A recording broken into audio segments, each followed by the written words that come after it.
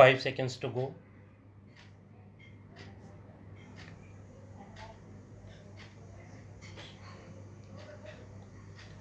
Start. Mr. Speaker, sir, for realization of the goal of housing for all and affordable housing, a tax holiday has already been provided on the profits earned by developers of affordable housing. Also, interest paid on housing loans is allowed as a deduction to the extent of 2 lakh in respect of self-occupied property. In order to provide a further impetus, I propose to allow an additional deduction of up to 1,50,000 for interest paid on loans borrowed up to 31st March 2020 for purchase of an affordable house valued up to 45 lakh. Therefore, a person purchasing an affordable house will now get an enhanced interest deduction up to 3.5 lakh. This will translate into a benefit of around 7 lakh to the middle class home buyers over their loan period of 15 years. Non-banking financial companies play an increasingly important role in India's financial system. With the enhanced levels of regulation they are subjected to by the Reserve Bank of India, there is a need to provide greater parity in their tax treatment vis-a-vis scheduled banks. Currently, interest on certain bad or doubtful debts made by scheduled banks and other financial institutions is allowed to be offered to tax in the year in which this interest is actually received. I propose to extend this facility to deposit taking as well as systematically important non-deposit taking NBFCs also. To promote the International Financial Services Center in Gift City, series of measures have already been taken in the past by this government.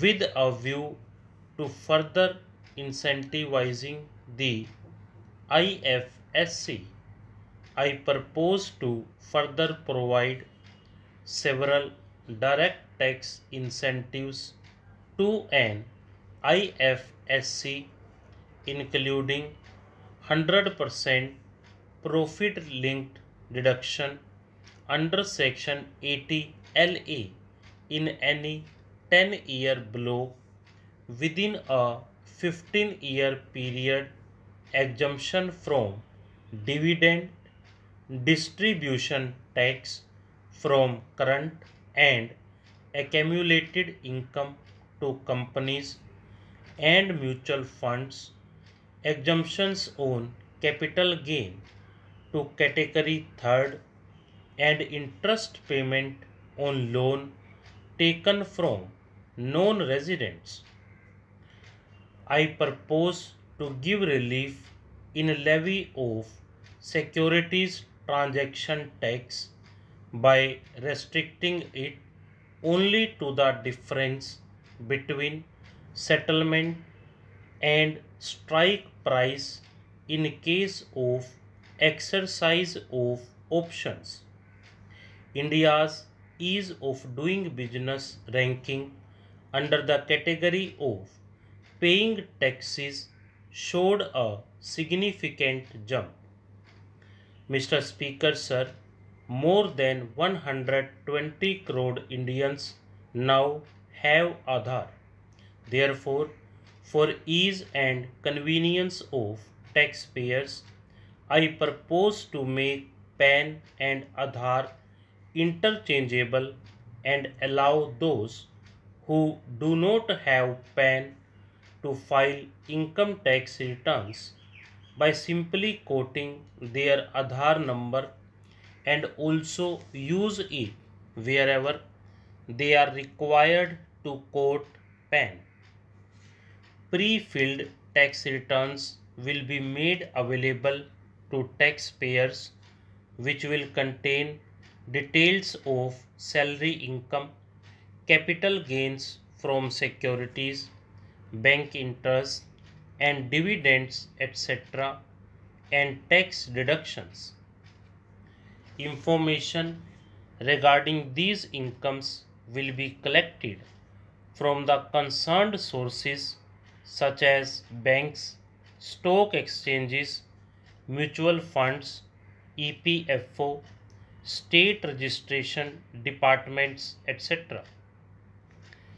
This will not only significantly reduce the time taken to file a tax return but will also ensure accuracy of reporting of income and taxes.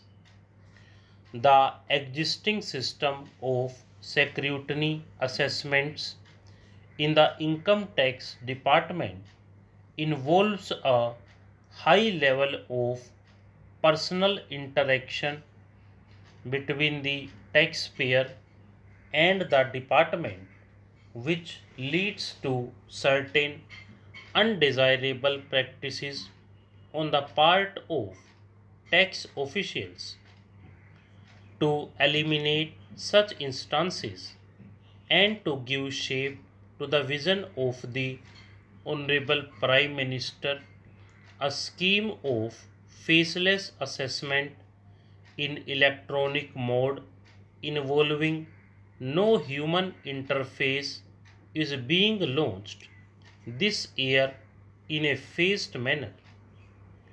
To start with, such assessments shall be carried out in cases requiring verification of certain specified transactions or discrepancies. Cases selected for scrutiny shall be allocated to assessment units in a random manner and notices shall be issued electronically by a central cell without disclosing the name, designation or location of the assessing officer. The central cell shall be the single point of contact between the taxpayer and the department. This new scheme of assessment will represent a paradigm shift in the functioning of the income tax department. Mr. Speaker, sir, our government has taken a number of initiatives in the recent past for the promotion of digital payments and less cash economy. To promote digital payments further, I propose to take a large number of measures to discourage the practice of making business payments in cash. I propose to levy TDS of 2% on cash withdrawal exceeding 1 crore in a year from a bank account.